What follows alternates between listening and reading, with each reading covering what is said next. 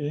तो आज हम जो है बात करेंगे कि इंडोनेशिया में जो है वो स्कॉलरशिप कैसे आप अचीव कर सकते हैं। सबसे पहले जो है, अगर मैं चाहूँगा कि एक मेन टॉपिक के ऊपर बात की जाए जो अक्सर औकात नहीं की जाती, कि लोग जो है स्कॉलरशिप के लिए क्यों स्ट्रगल करते हैं। तो मेरे मुताबिक जो है इसके पीछे, अगर पाकिस्तान के हिसाब से देखा जाए तो तीन तीन तरह के लोग हैं या तीन कैटेगरीज हैं स्टूडेंट्स की जो स्कॉलरशिप के लिए स्ट्रगल करते हैं। उसके अंदर सबसे पहली आती है कि जो एक अच्छी यूनिवर्सिटी से या किसी अच्छे कंट्री से फ्री ऑफ कॉस्ट जो है वो डिग्री हासिल करना चाहते हैं। और सेकंड जो है, सेकंड क्लास उन लोगों की आती है जो लोग कुछ ना कुछ अर्न भी करना चाहते हैं डिग्री के साथ साथ। और वो लोग मोस्टली जो है वो यूरोप और जो चाइना वगैरह की स्कॉलरशिप्स हैं उनकी तरफ ही मूव करते हैं या उनके ऊपर फोकस करते हैं। और थर्डली अगर बात की जाए तो लोगों का गोल होता है कि बस किसी तरीके से बस यहाँ से निकल जाएं, और यहाँ से निकलने के बाद फिर चेंज कर लेंगे स्कॉलरशिप। जब कभी भी कोई और अच्छी अपॉर्चुनिटी मिलेगी तो हम स्विच ऑन कर लेंगे। तो सबसे पहले मैं अपना इंट्रोडक्शन करवा देता हूँ। मेरा नाम हसन बशीर है और मेरी बीएससी ऑनर एग्रीकल्चर यूएएफ से है। और रिसेंटली जो है वो मैंने एमएससी एग्रोनॉमी में एडमिशन लिया है इधर यूएनएस में। और इनकी जो स्कॉलरशिप है यूएनएस स्कॉलरशिप थी। और मैं अभी 2-3 दिन पहले ही यहाँ पे पहुँचा हूँ।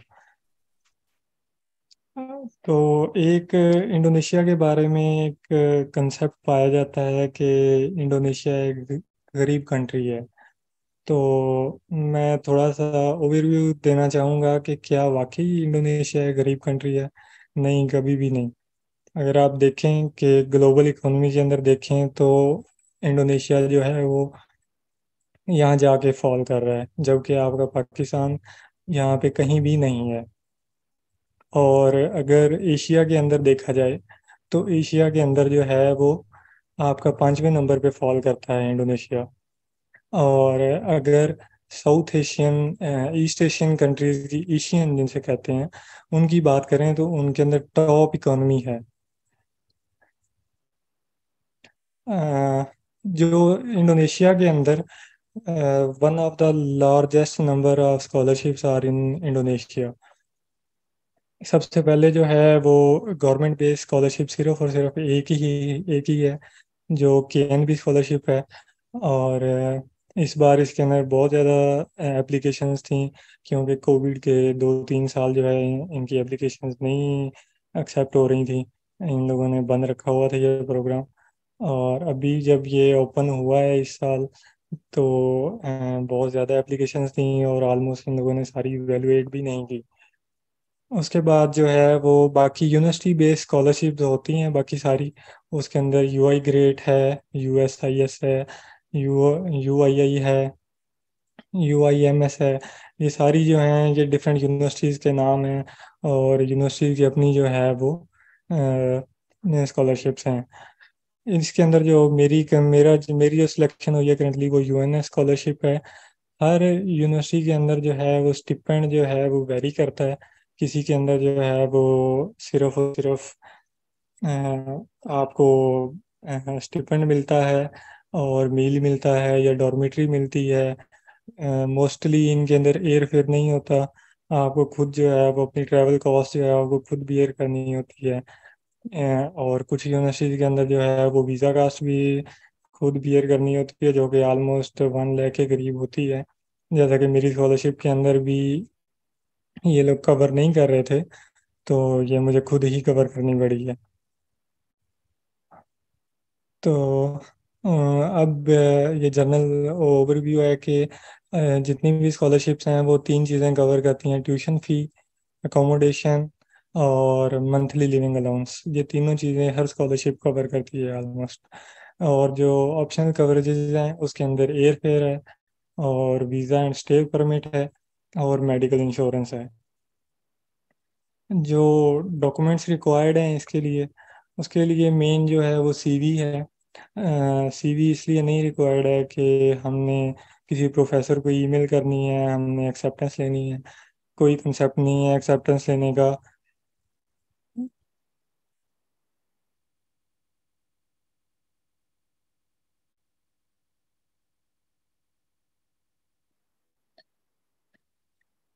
कोई कंसेप्ट नहीं है एक्सेप्टेंस लेने का।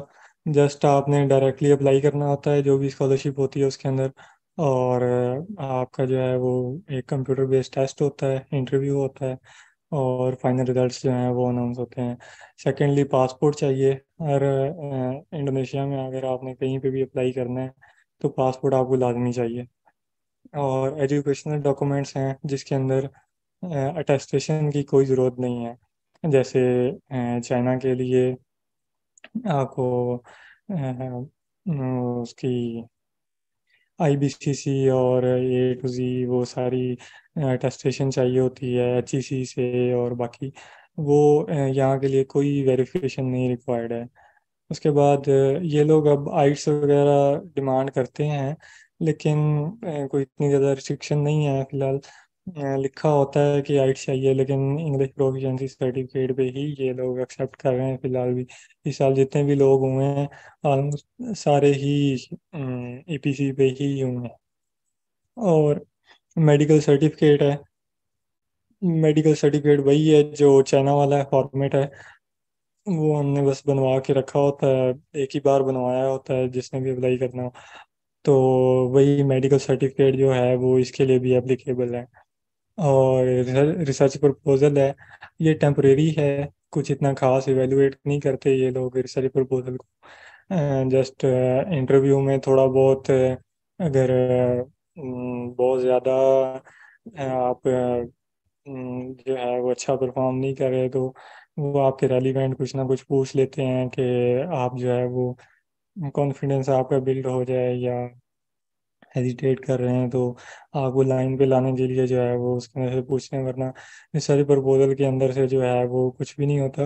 अगर मैं अपना पर्सनल एक्सपीरियंस 2-3 स्कॉलरशिप्स का शेयर करूं तो एक में तो जो था उसके अंदर जो इंटरव्यूअर थी वो मैडम थी एक, और उसका जो बच्चा था वो पीछे खेल रहा था उसके कैमरे के। तो इतना बस नॉन सीरियस सा इंटरव्यू था। उसके बाद मोटिवेशनल लेटर चाहिए, और रिकमेंडेशन लेटर्स चाहिए हमें।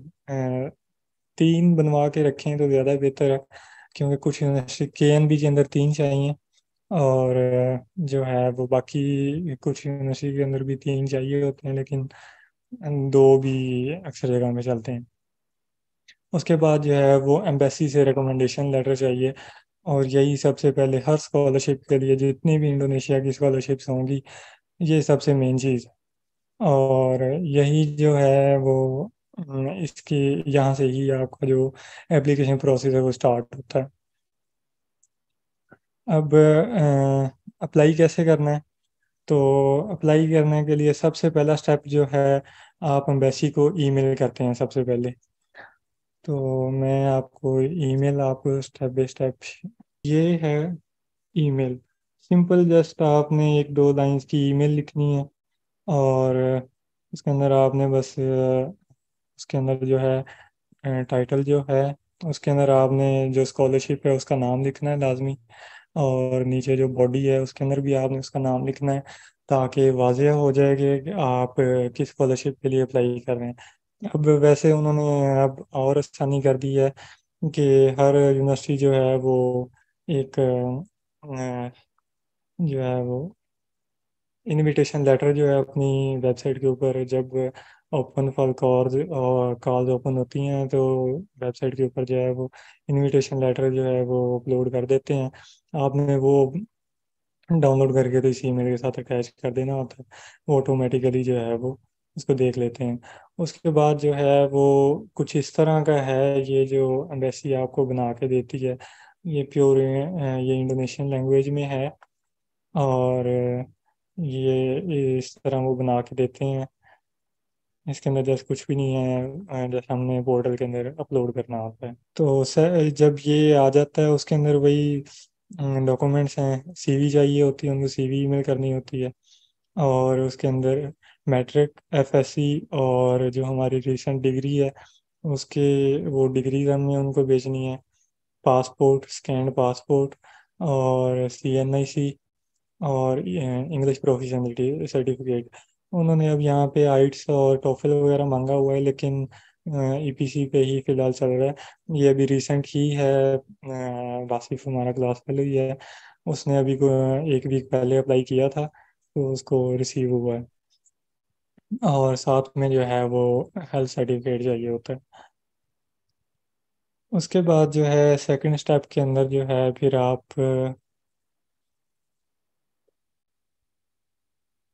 सेकंड स्टेप के अंदर फिर जो है वो आप पोर्टल पे जाके अप्लाई करते हैं।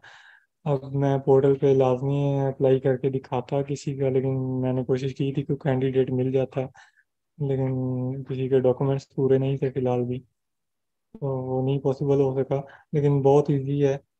तो वो आप जब स्टार्ट करेंगे तो उसके अंदर कोई ऐसा मुश्किल नहीं है, जस्ट ड्रैग एंड ड्रॉप है, जैसे हमारा यूएफ का पोर्टल होता है एडमिशन का, वैसे सिंपलेस्ट होते हैं वो। उसके अंदर कोई कम्प्लेक्सिटी नहीं है जैसे चाइना के पोर्टल्स में और बाकी यूनिवर्सिटीज में होते हैं। उसके बाद फिर वो डॉक्यूमेंट्स की वेरिफिकेशन करते हैं। इसके लिए बेहतर ये है कि आप डेडलाइन से 10-15 दिन पहले पहले जो है वो आप अप्लाई कर दें। लेकिन क्योंकि उन्होंने डॉक्यूमेंट्स वेरिफिकेशन करके कोई ना कोई, उन्होंने अगर आपके डॉक्यूमेंट्स के अंदर गलती है, कोई डॉक्यूमेंट्स ठीक ठीक से अपलोड नहीं हुआ, तो वो आपको नोटिफाई कर देते हैं कि आप ये डॉक्यूमेंट चेंज कर दें। तो वो आपके पास इतना टाइम होता है कि आप उसको, उस डॉक्यूमेंट को चेंज कर सकें। और डॉक्यूमेंट वेरिफिकेशन के बाद, डेडलाइन के बाद, फिर वो टेस्ट की या इंटरव्यू की जो है वो डेट अनाउंस करते हैं। और उसके बाद जो है वो रिजल्ट अनाउंसमेंट होती है। और ये इसकी मज़े की बात ये है कि ये सारा प्रोसीजर जो है 6 मंथ से ज़्यादा नहीं लेता। इंडोनेशिया की ये खूबसूरती है कि 6 महीने के अंदर अंदर आप एप्लीकेशन सबमिट करने से जो है आपके लैंड करने के दरमियान सिर्फ 6 महीने का जो है ना वो ड्यूरेशन होता है। उसके बाद जो है आफ्टर सिलेक्शन जो है वो आपको एक कॉन्ट्रैक्ट साइन करते हैं आपकी ईमेल पे, और वो आपने साइन करके उनको वापस भेजना होता है। आप उसकी बेस पे फिर वो जो है आपके वीज़ा के लिए यूनिवर्सिटी खुद अप्लाई करती है, आपको कोई बॉदर नहीं करना पड़ता कि आपने खुद वीज़ा के लिए अप्लाई करना है या आपने ये करना है वो करना है। फ्लाइट बुकिंग की बात है, अगर स्कॉलरशिप के अंदर कवरेज है फ्लाइट बुकिंग की, तो फिर यूनिवर्सिटी ही आपको फ्लाइट बुक करके देगी, फिर वो आपकी हेडेक नहीं है। लेकिन अगर कवरेज के अंदर नहीं है तो फिर आपको थोड़ा ख्याल करना पड़ेगा कि टाइम से पहले आप कर लें। तो जो है, क्योंकि वीज़ा जो है कभी भी स्टूडेंट इंडोनेशिया का रिजेक्ट नहीं होता, कभी भी नहीं होता। तो आप महीना पहले भी करवा दें तो कोई मसला नहीं है उसके अंदर। उसके बाद जो है वो आप इंडोनेशिया में आते हैं और स्टे परमिट के लिए अप्लाई करते हैं। स्टे परमिट का मतलब है कि आप एज अ लोकल जैसे हैं वैसे आपको एक टेम्परेरी आईडी कार्ड मिलता है, जैसे हमारे अफगान शहरियों को मिलता है वैसे। उसके बाद क्वेश्चंस पे आने से पहले मैं आपको डॉक्यूमेंट्स थोड़े से दिखा देता हूँ कि जो आप लोगों को थोड़े मुश्किल आएंगे। ये डॉक्यूमेंट्स हैं जो उन्होंने रिक्वायर किए हुए हैं सारे अप्लाई करने के लिए। इसके अंदर एक फॉर्मल फोटोग्राफ है सिंपल। उसके बाद पासपोर्ट का जो है वो स्कैन है, जो पहले भी हमने किया है। उसके बाद सर्टिफिकेट ऑफ ग्रेजुएशन है। इसके अंदर जो है अब वो मैट्रिक और दूसरी नहीं चाहिए, सिर्फ और सिर्फ जो लेटेस्ट डिग्री है बीएससी की है या मास्टर की है सिर्फ वही चाहिए। उसके बाद रिसेंट हेल्थ सर्टिफिकेट रिक्वायरमेंट है कि 3 मंथ्स जो है वो तकरीबन होना चाहिए फ्रेश। उसके बाद सीवी है। सीवी के बाद है फाइनेंशियल स्टेटमेंट। तो फाइनेंशियल स्टेटमेंट के अंदर जो है वो ये फाइनेंशियल स्टेटमेंट है। इसका कोई ऐसा कोई मसला नहीं है, बस क्योंकि ऑलमोस्ट जितनी भी स्कॉलरशिप्स होती हैं उनके अंदर होता है कि अगर आप उनकी रिक्वायरमेंट्स को मीट नहीं करते CGPA वगैरह या उनके जो भी है, तो वो आपकी जो है स्कॉलरशिप रिड्यूस कर देते हैं, रिवोक कर देते हैं या वगैरह। तो इन केस जो है वो आप अपनी स्टडी को जो है वो फंड कर सकेंगे, कंटिन्यू कर सकेंगे या नहीं, सिर्फ ये इसलिए वो देते हैं। तो ये फाइनेंशियल सपोर्ट का है। ये सिंपली आप अगर आप प्रिंट करवा के लेना चाहें तो प्रिंट करवा के भी साइन वगैरह कर सकते हैं, वरना मैंने तो ये डिजिटली जो है वो टिक का और साइन किया था सर। उसके बाद जो है उसके बाद जो है आपके पर्सनल स्टेटमेंट है। और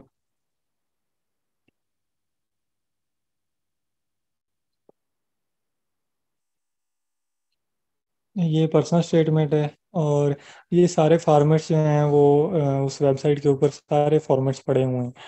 तो सिंपली आपने वहाँ से डाउनलोड करने हैं और इनको जो है अपना डाटा इनके अंदर फिल करना है। और फिल करने के बाद जो है वो आपने इसको अपलोड करना है। ये जो है मेडिकल ट्रीटमेंट है कि अगर उसके अंदर वो मेडिकल इंश्योरेंस नहीं है, तो मेडिकल इंश्योरेंस नहीं है तो उसके लिए आपको इन केस आप या मेडिकल इंश्योरेंस एक्सपायर हो जाती है या मेडिकल इंश्योरेंस से के बजट से एक्सीड करता है आपका मेडिकल ट्रीटमेंट, तो वो आप पे कर सकते हैं। उसके बाद ये DMC है आपकी और ये मेडिकल है। और ये है statement letter to follow Indonesian health protocol.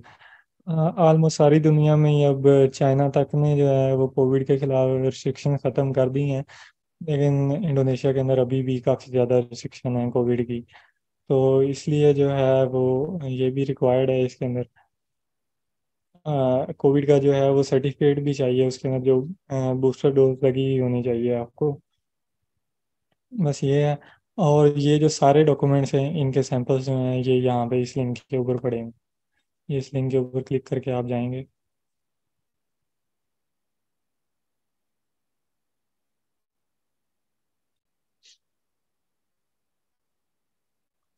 तो ये सारे जो हैं वो सैंपल, सारे सैंपल यहाँ पे पड़े हुए हैं।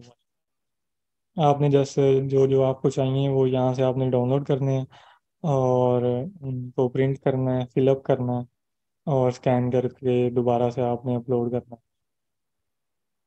और ये है वो ऑफर लेटर जो है, जो मैं कह रहा था कि जो आपने एम्बेसी को ईमेल करना, वो ये है ऑफर लेटर। कि ये आप उसके अंदर अ, जो है वो बजाय इसके कि आप अगर आप नहीं लिख पाए या किसी वजह से, तो आप लाजमी ये जो है ना अटैच लाजमी करें, ताकि जो है ना कोई मसला ना बने उसके अंदर। ये जो अटैच कर देंगे तो आपका लेटर जो है वो UNS का ही बनेगा। CV का जो फॉर्मेट है वो कोई भी हो सकता है, सिंपलेस्ट भी हो सकता है, लेकिन बेहतर तो यही है कि यूरोपास वाला रखें। लेकिन कोई भी हो सकता है, उसके अंदर कोई रिस्ट्रिक्शन नहीं है यहाँ पे। तो हाँ जी, अब अगर किसी के क्वेश्चन हैं तो। जिनके क्वेश्चन है काइंडली अपने हैंड रेज करना।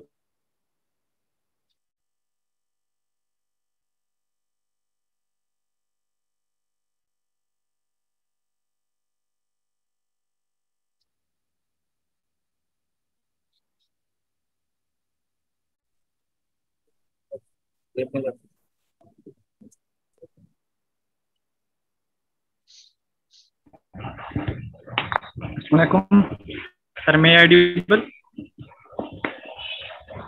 Yes you are.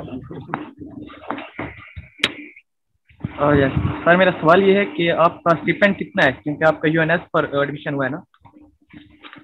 UNS में कंसिडर किया जाता है कि पूरे इंडोनेशिया में जो स्कॉलरशिप्स हैं, UNS का सबसे कम जो है स्टिपेंड है। मेरे वाली के जो है 1.25 मिलियन है।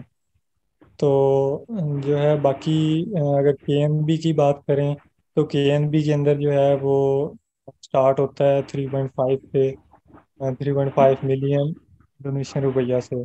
और वो विद विद इन सेमेस्टर जो है वो जो है वो इंक्रीज होता रहता है, आपका ऑलमोस्ट 10 to 12% इंक्रीमेंट लगता है उसके ऊपर। बाकी यूआई ग्रेड जो है उसका हाईएस्ट स्टूडेंट है। उसके अंदर यूआई ग्रेड जो है यूनिवर्सिटी ऑफ इंडोनेशिया की स्कॉलरशिप है। उसके अंदर उनका जो है वो कैंपस है अबू धाबी में। तो वहाँ पे भी आपको जो है वो एक्सचेंज प्रोग्राम भी मिलता है उसके अंदर। तो स्टिपेंड जो है वो अगर 1.25 मिलियन की भी बात की जाए तो ये इनफ है, क्योंकि इसके अंदर ब्रेकफास्ट जो है वो हमें ये दे रहे हैं, और सिर्फ लंच और डिनर जो है वो हमने खुद से अरेंज करना है। तो सर आपका टोटल खर्चा कितना होगा, क्योंकि आप बता रहे थे आपको टिकट खुद से मैनेज करना हाँ, पड़ेगी ना। हाँ, क्योंकि अभी डॉलर वगैरह की प्राइस उसकी वजह से काफ़ी इन्फ्लेशन थी। तो फी इधर से पाकिस्तान से पे नहीं हो सकी हमें। एक ही बंदे की फी इधर से, हम 3 लोग हैं, 2 लोग आ गए हैं, तीसरा आ रहा है सितंबर में। तो जो है वो हम एक बंदे की जो है पाकिस्तान से हुई है, उसकी 1,03,000 हुई है, जो वीज़ा और स्टे परमिट की फ़ी थी। और मेरी जो हुई है वो 1,01,000 एंड समथिंग थी। और फ्लाइट टिकट जो थी वो 1,16,000 की हुई है दोनों की। और यहाँ पे आते साथ जो है, क्योंकि और जकार्ता हम आए थे फ्लाइट के थ्रू। वो इस्लामाबाद से जकार्ता आया है और मैं लाहौर से जकार्ता आया हूँ। जकार्ता से जो है आगे हमने फिर ट्रेन की थी सुरकार्ता के लिए। तो सुरकार्ता तक ट्रेन पे आने के लिए 10,000 की वो ट्रेन थी, क्योंकि हमने बिजनेस क्लास चूज़ की थी। तो वो क्योंकि लगेज ज़्यादा था, तो लगेज ज़्यादा है तो उस वजह से हम स्पेस ज़्यादा है उधर, हम रख सकते हैं उसे। तो मिल मिला के खर्चा वगैरह अपना निकाल के राउंड अबाउट जो है वो 3 लाख का सम अप हो गया।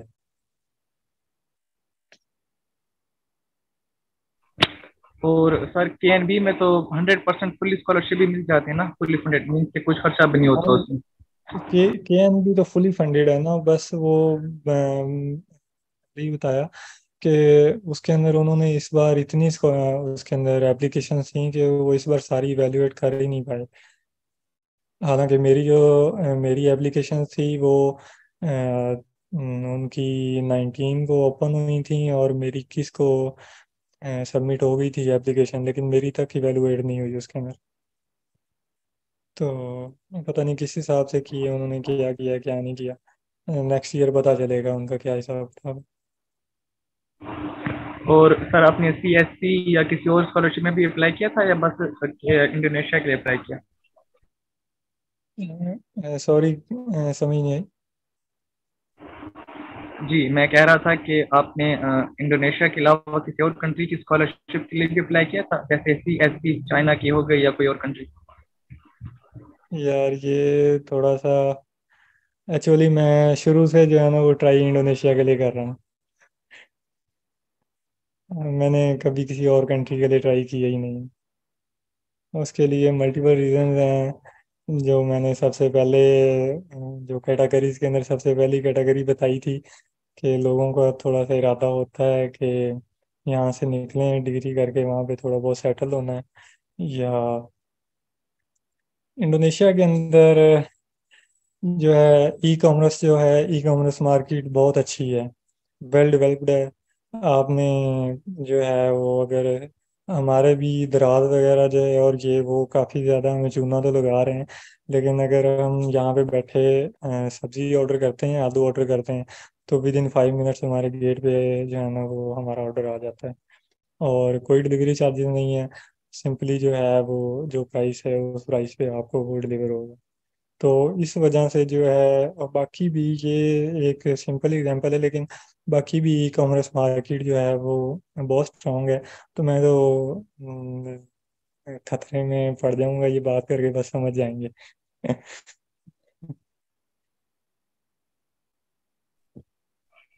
जी ठीक है sir, thank you very much for the very informative session. और आप अपना लिंक्डइन अकाउंट शेयर कर सकते हैं, चैट में शेयर कर दें ताकि आपसे कनेक्ट हो सकें। हाँ, मैं ज़रूर मैं कर देता हूँ।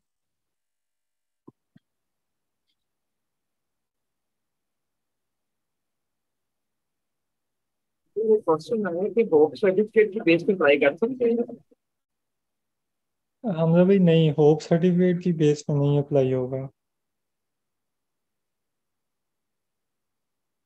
होप सर्टिफिकेट की बेस पे जितने लोगों ने भी अप्लाई किया था सबका जो है वो उनकी एप्लीकेशन रिजेक्ट।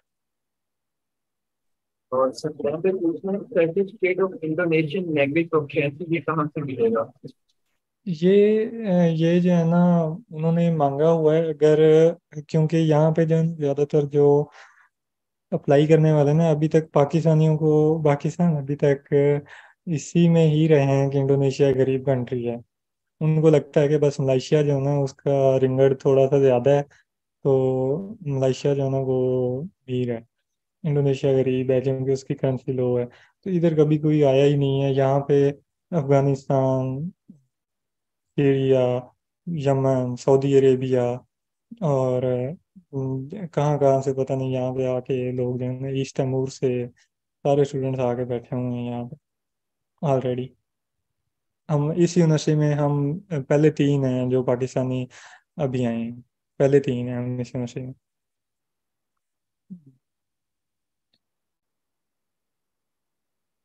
और वो इंडोनेशियन लैंग्वेज वाला जो है वो सर्टिफिकेट वो रिक्वायर्ड नहीं है। वो लोग जो होते हैं वो कंट्री, उन कंट्रीज वाले, क्योंकि उनके यहाँ पे ऑलरेडी बंदे हैं, जैसे हमारे होते हैं तो वो आइट्स वगैरह करवा देते हैं। तो हमारे जो हैं वो एयू जो यहाँ पे हैं वो उनको कहते हैं कि आप ये फलां जगह से ये कर लो, कोर्स कर लो, ऐसे कर लो, वैसे कर लो। तो वो बनवा लेते हैं। उनके जो 6 मंथ का एक इनका बीपा कोर्स होता है, लैंग्वेज कोर्स, वो उसके अंदर यहाँ आके जलील होने से बच जाते हैं उसके अंदर। तो वो जो है वो उनका स्किप हो जाता है, उनकी डायरेक्ट जो है वो डिग्री स्टार्ट होती है यहाँ पे आके। उनके 6 मंथ ज़ाया नहीं होते। तो वो अगर नहीं है तो वो आपका ईपीसी चलेगा, वो आप आके लैंग्वेज कोर्स ज्वाइन करेंगे। और आप जब आपका लैंग्वेज कोर्स क्लियर होगा तो आप डिग्री ज्वाइन कर लेंगे नेक्स्ट सेशन में। तो भाई का क्वेश्चन है कि पार्ट टाइम जॉब की चलाओ है इंडोनेशिया से। नहीं, कुछ भी अलाउड नहीं है। और जो है बस चेक एंड बैलेंस जो है ना वो इतना नहीं है। अगर तरीके से किया जाए तो किया जा सकता है, लेकिन लोग करते नहीं हैं।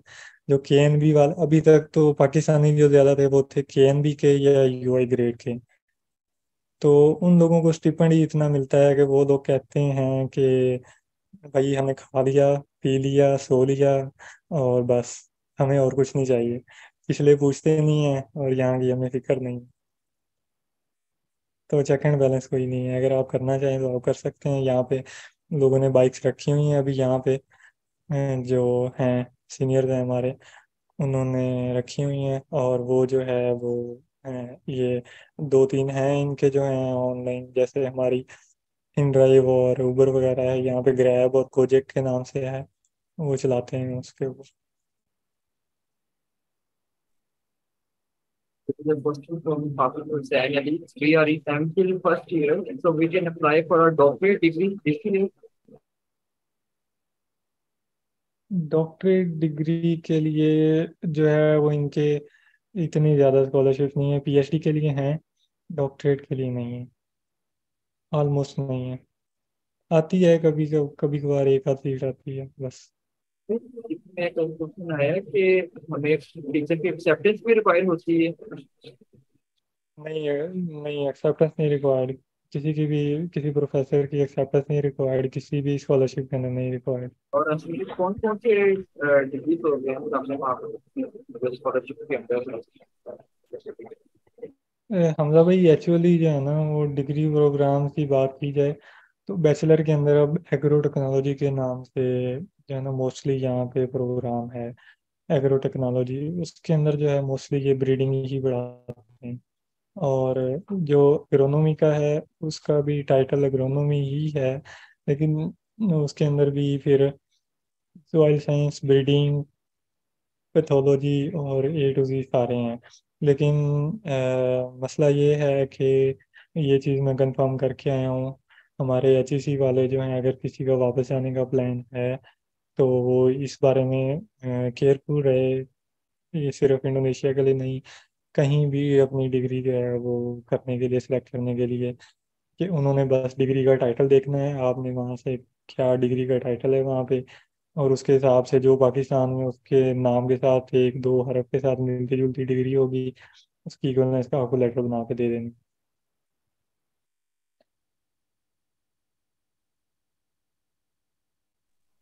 अस्सलाम वालेकुम। वालेकुम अस्सलाम। भाई मेरा क्वेश्चन है कि जो एम्बेसी की तरफ से रिकमेंडेशन लेटर लेना होता है इनका, वो एक ही जी, लेटर स्कॉलरशिप के लिए चलता है या सेपरेटली कोई स्कॉलरशिप आए अपॉर्चुनिटी तो सेपरेट उसके लिए बनवाना पड़ता है एम्बेसी की तरफ से? हर स्कॉलरशिप के लिए सेपरेट बनवाना पड़ता है। जितनी बार आपने स्कॉलरशिप के लिए अप्लाई करना है, हर बार आपने नया लेना है उनसे उस स्कॉलरशिप के लिए अलग। तो एम्बेसी कितने दिनों में यानी कि ये रिकमेंडेशन फॉरवर्ड कर देती है स्टूडेंट को? वैसे ही 6 से 7 दिनों में या मैक्सिमम 10 दिनों में वो रिप्लाई कर देते हैं। आप कोशिश करें कि आप जो है वो मंडे वाले दिन अप्लाई करें, क्योंकि उनकी रूटीन है। वो थर्सडे तक जो है वो एप्लीकेशन जो है वो कलेक्ट करते हैं, वो फ्राइडे को जो है ना वो बना के जो है वो ईमेल कर देते हैं। यही सिनेरियो देखा है ज़्यादा तो। जी भाई, एम्बेसी की कोई फीस भी है या फिर फ्री है? नहीं, कुछ भी नहीं है। कुछ भी नहीं है, बस आपने ईमेल करनी है अपने डॉक्यूमेंट्स अटैच करके, और वो आपको जो है लेटर बना के रिप्लाई कर देते हैं बस। और भाई जो आपने टेस्ट का डिस्कस किया है कि टेस्ट भी होता है इनका और देन इंटरव्यू, तो टेस्ट किस वाले जी से जो हमने बैचलर में किया होता है वो सारा एमसीक्यू बेस या कोई क्वेश्चन वगैरह होते यार, हैं? बस लॉजिकल बेस्ड टेस्ट होता है जो हमारे वाला टेस्ट था। उसके अंदर कोई टेक्निकल चीज़ नहीं थी, मतलब हमारी स्टडी के रिलेटेड कुछ भी नहीं था। थे कुछ questions, around about 15 to 20 questions थे 100 में से। लेकिन बाकी जो सारे क्वेश्चंस थे उसके अंदर वो उन्होंने रिफ्लेक्शन दी हुई थी। लॉजिकल क्वेश्चन है जैसे हमारे टेक्निकल टेस्ट वगैरह में होते हैं कि इसका इस इमेज का रिफ्लेक्स कौन सा होगा, इस इमेज का रिफ्लेक्स कौन सा होगा। तो बस लॉजिकल क्वेश्चन है उसके अंदर। और इनके टेस्ट सैंपल इनकी वेबसाइट पे पड़े होते हैं जो स्कॉलरशिप होती हैं या वो जो? वो वो जब आपको टेस्ट की डेट आएगी ना, तो टेस्ट से एक दिन पहले जो है ये आप लोगों को प्रैक्टिस के लिए इनवाइट करते हैं। वो आपको लाजमी ज्वाइन करना होता है। तो जब आप ज्वाइन करते हैं उसके अंदर आपको जो है वो उसके अंदर नज़र आ जाता है कि आपको कौन कौन से क्वेश्चन वो होते तो इंडोनेशियन लैंग्वेज के अंदर है, लेकिन उससे आपको आइडिया हो जाता है कि क्या क्या आने वाला है। तो पासिंग मार्क्स के लिए क्या होते हैं फिर उधर से? कोई क्राइटेरिया नहीं है। अब यूएनएस के अंदर तो लास्ट टाइम जो है मेरे ख्याल से वो ऑलमोस्ट मेरे ख्याल से 160 के करीब डिग्रीज हैं टोटल जिनके लिए स्कॉलरशिप्स ओपन है। लेकिन जो एप्लीकेंट थे टोटल वो 38 थे। और क्योंकि वो डिग्रीज के ऊपर कंपटीशन था, एक डिग्री के ऊपर इन लोगों ने एक जो है वो फुल स्कॉलरशिप और एक पार्शल रखना था। तो उस वजह से 16 लोग जो हैं वो सिलेक्ट हुए हैं। तो बाकी जो हैं वो रिजेक्ट हो गए हैं। बाकी ये मेरिट जो है वो इंटरव्यू की बेस पे और जीपीए वगैरह की बेस पे बनेगा। बहरहाल ये तो क्लैरिफाई नहीं किया हुआ उन्होंने कि क्या उसका क्राइटेरिया या क्या नहीं। सरकार के कितने दिनों में इंडोनेशिया एम्बेसी हम इसको रिलीज कर देंगे?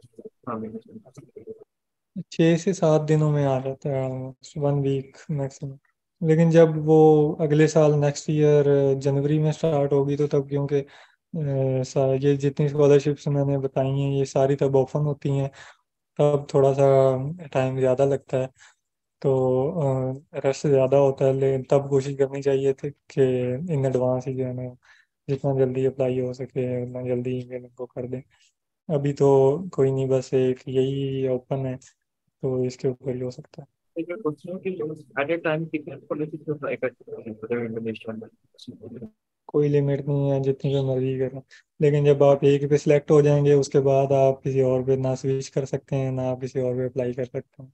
यहाँ से आपको निकलने भी नहीं देंगे, आपको पासपोर्ट दे के रखने नहीं। जी भाई, अभी इस टाइम कौन से स्कॉलरशिप ओपन है? ये जो भी आपने स्लाइड शेयर की थी वो सारी की सारी ओपन है? नहीं नहीं, ये यूएनएस स्कॉलरशिप है। मैं दिखा देता हूँ दोबारा। और इसका काइंडली लास्ट डेट भी बताइएगा क्या है आज? ये मैं चैट के अंदर लिंक शेयर कर रहा हूँ। ये यूएनएस स्कॉलरशिप है, ये मेरे वाली है। और उसके बाद जो है वो डॉक्यूमेंट्स जो रिक्वायर्ड है, ये आपने जो एम्बेसी को ईमेल करनी है, ये उसकी ईमेल है। और बाकी सर ये है, ये स्कॉलरशिप है, मतलब मैंने शेयर कर ली है। अस्सलाम वालेकुम सर। जी जी, वालेकुम अस्सलाम। सर आपने एक्सचेंज प्रोग्राम की बात की थी, वो किस डिग्री के लिए, बीएस के लिए भी है कोई एक्सचेंज प्रोग्राम? वो एक्चुअली यूनिवर्सिटी पे डिपेंड करता है, इन यूनिवर्सिटीज़ की। जैसे हमारा लास्ट टाइम इरेसमस का आया था एक्सचेंज प्रोग्राम, तो इन यूनिवर्सिटीज़ के हमसे ज़्यादा कोलैबोरेशन होती है, क्योंकि हमारी जो यूएनएस है, इसकी जो रैंकिंग है वो हमारी यूनिवर्सिटी से ज़्यादा है। ये 1383 पे है, और हमारी यूनिवर्सिटी जो है वो ऑलमोस्ट 1400 एंड समथिंग पे फॉल कर रही है वर्ल्ड वर्ल्ड रैंकिंग के अंदर। तो इनकी जो कोलैबोरेशन है यूनिवर्सिटी के साथ वो ज़्यादा है। ये लोग यहाँ से एक्सचेंज प्रोग्राम डिफरेंट यूनिवर्सिटीज़ के साथ ऑफर करते हैं। वो यूरोप में भी हो सकती हैं, चाइना हो सकती है, थाईलैंड की हो सकती है, मलेशिया की हो सकती है। तो ये डिपेंड करता है कि यूनिवर्सिटी की किस किस के साथ कोलैबोरेशन है।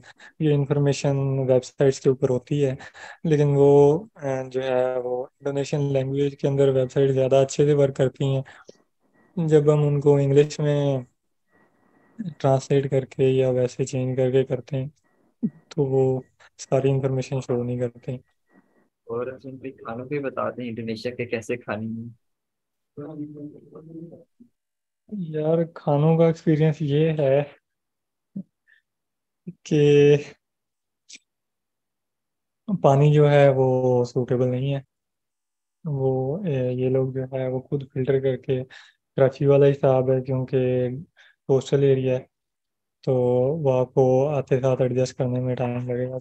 मैंने गलती की कि मैं खाना वगैरह साथ नहीं लेके आया कुछ भी।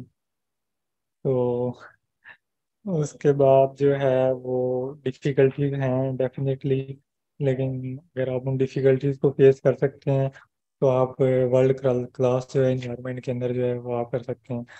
हमजा भाई, आप हमारे इवेंट्स के अंदर जो है वो मेन मेंबर हैं जो इवेंट्स होते हैं। तो इंशाल्लाह मैं हमारे ग्रुप के अंदर मंडे से इवेंट स्टार्ट हो रहे हैं इंटरनेशनल जो हैं, तो वीडियोस वगैरह मैं शेयर करूँगा। तो आप देखिएगा यहाँ के स्टैंडर्ड में और वहाँ के स्टैंडर्ड में कितना फ़र्क है। और जो हमारा जो एग्रो टेक्नोलॉजी का डिपार्टमेंट है, उसके सामने इतना बड़ा स्विमिंग पूल है कि यहाँ से 2 किलोमीटर यूनिवर्सिटी चल के भी जाना पड़े। हालांकि उसकी साइकिल की फैसिलिटी है, लेकिन चल के भी जाना पड़े ना, तो वहाँ पे जाके देखते साथ ही जो है ना वो सारी जो है ना थकावट उतर जाती है। और कॉरिडोर्स में एसी लगे हुए हैं, और यूनिवर्सिटी के अंदर ठंडा माहौल है। हाँ, ये है कि रात को ठंड है, दिन टाइम गर्मी है काफ़ी ज़्यादा, उसके लिए प्रिपेयर रहना पड़ेगा। बस यही है, डिफ़िकल्टीज हैं डेफिनेटली। नहीं, ऐसी बातें जो हैं जो नहीं बताते ना वो गलत करते हैं, क्योंकि हमें भी आज तक जो है क्रिस्पी बताए गए। तो अगर ये नहीं बात कि अगर पता होते तो फिर बंदे ने जाना ही नहीं होता, लेकिन पता हो तो बंदा जो है ना उसके लिए प्रिपेयर होके निकलता है। अब मैं आ गया था, जो मुझे मुश्किलात आई हैं मैंने वो फिर अली को बताई हैं।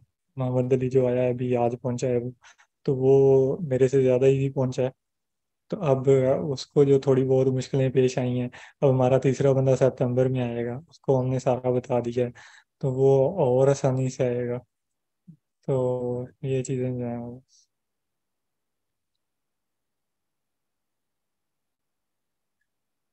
आना चाहिए। बाली है, बाली आपने सुना होगा। बाली जो है वो देखने वाला है।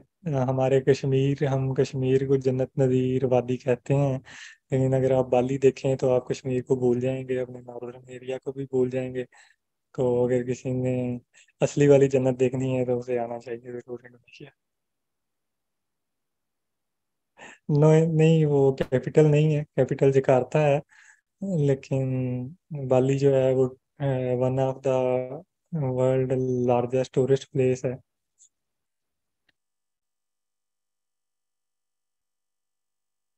जी।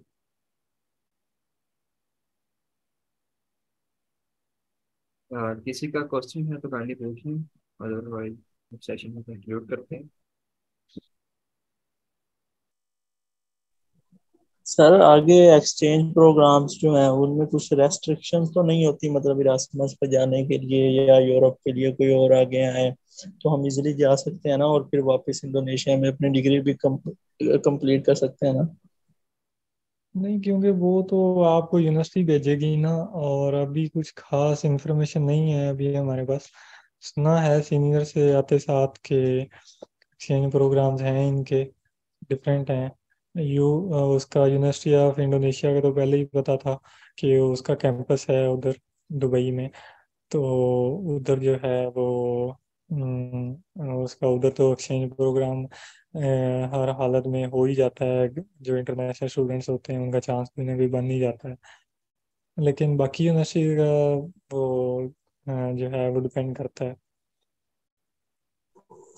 वो सर ऐसा है कि मेरा एक सीनियर था, वो गया था फिजिक्स के लिए, गया था इरास्मस मुंडस पे, यूरोप इटली गया था, और इटली से फिर आगे उसने आधा यूरोप भी फिर लिया, और फिर उसने वो जी। डिग्री को खत्म करके फिर यूकास में गया चाइना में, उधर अब कंप्लीट कर। नहीं नहीं, ये आपको भागने नहीं देंगे, ये नहीं भागने देंगे। ये आपको भेजेंगे तो ये आपको यहाँ पे वापस ला के छोड़ेंगे, फिर डिग्री आपको यहाँ से ही देंगे। मतलब कंप्लीट करके ही जाना पड़ेगा, छोड़ नहीं हाँ जी, सकते? कंप्लीट कर दी, नहीं छोड़ सकते। ठीक। हाँ।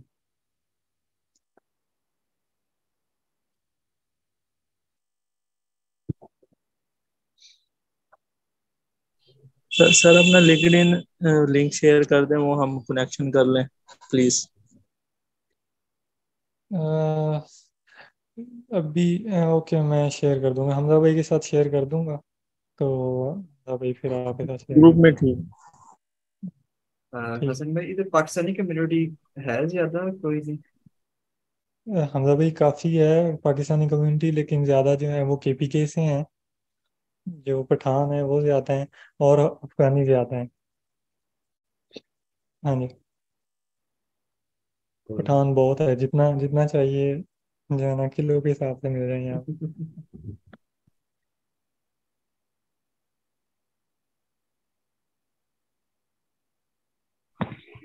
हसन भाई, चैट में एक मैसेज आया था कि आपको मंथली जो स्टिपेंड मिलता है उसमें आपका गुजारा हो जाता है ना इजीली, और पैसे भी बचा लेते हैं आप या नहीं? हाँ जी। आप आपने जब सेल्फ कुकिंग करनी है यहाँ पे, सेल्फ कुकिंग की फैसिलिटी है, और ब्रेकफास्ट आपका फ्री है। तो उसके अंदर आप इजीली जो है वो सरवाइव कर लेते हैं। अगर आप जो है ना मैनेज करके चलें जैसे हम पाकिस्तान में चलते हैं। तो बाकी जो है वो अगर बंदा थोड़ा तरीके से चले, समझ से चले, तो रिसर्च अलाउंस वगैरह सुपरवाइजर के साथ लगा रहे, काम करे, रिसर्च अलाउंस के लिए उसे रिक्वेस्ट करता रहे, और रिसर्च अलाउंस वगैरह लगवा ले, तो काफ़ी ज़्यादा सहूलत हो जाती है। लेकिन स्टिपेंड जो है वो इनफ है, वो बहुत है आपके लिए। आप उसके अंदर इजीली आपका खाने पीने का, रहने सहने का जो है वो आप इजीली हो जाएगा। क्योंकि जब आपने आना है तो फर्स्ट ऑफ ऑल जो है वो मैं मेरे वाली यूनिवर्सिटी में, अब हमारे हॉस्टल में आते साथ सबसे पहले पंखा चाहिए यहाँ पे। उन्होंने पंखे नहीं लगाए हुए। तो और सेकेंडली और भी काफ़ी सारी चीज़ें जो हैं वो रिक्वायर्ड है। तो उसके लिए उन्होंने हमें आते साथ जो है वो 10 मिलियन जो इंडोनेशियन रुपया है वो दे दी है।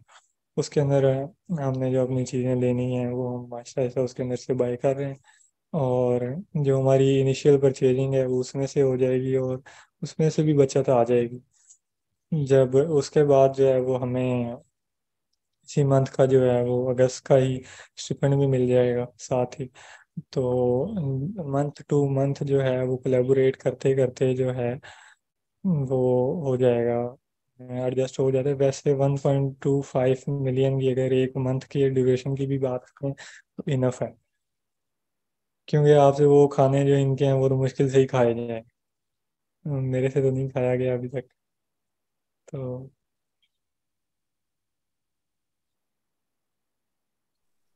सर हॉस्टल उन्होंने प्रोवाइड किए हैं कि आपने खुद अकोमोडेशन अरेंज किया? नहीं नहीं, हॉस्टल इन्होंने प्रोवाइड किए हैं, हॉस्टल इन्होंने प्रोवाइड किए हैं। यूनिवर्सिटी का हॉस्टल है। हमें स्टेशन से पिक भी उन्होंने किया है और यहाँ पे हॉस्टल में ड्रॉप किया उन्होंने वहाँ से लेकर।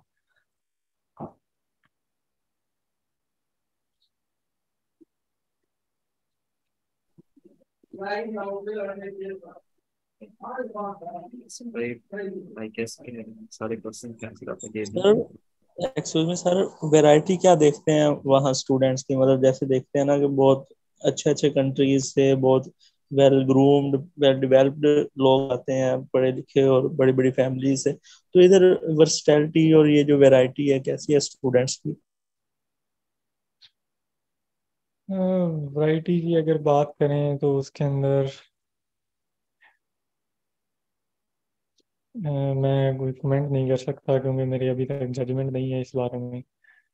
तो बाकी मैंने बताया है कि मोस्टली जो कंट्रीज से अभी तक मुलाकात हुई है इंटरनेशनल स्टूडेंट्स से, उसके अंदर यमन है, सऊदी अरेबिया के स्टूडेंट्स थे, और जो अफगानिस्तान के थे, सीरिया के थे, नाइजीरिया के थे, और ईस्ट तैमूर के थे। और भी हैं 3 4 कंट्रीज। तो यहाँ से सारे कंट्री मुस्लिम कंट्रीज से ज़्यादा जो है वो आते हैं यहाँ पे। सर जो आपने स्कॉलरशिप ली उसका एक बार नाम बता दीजिए प्लीज एक बार।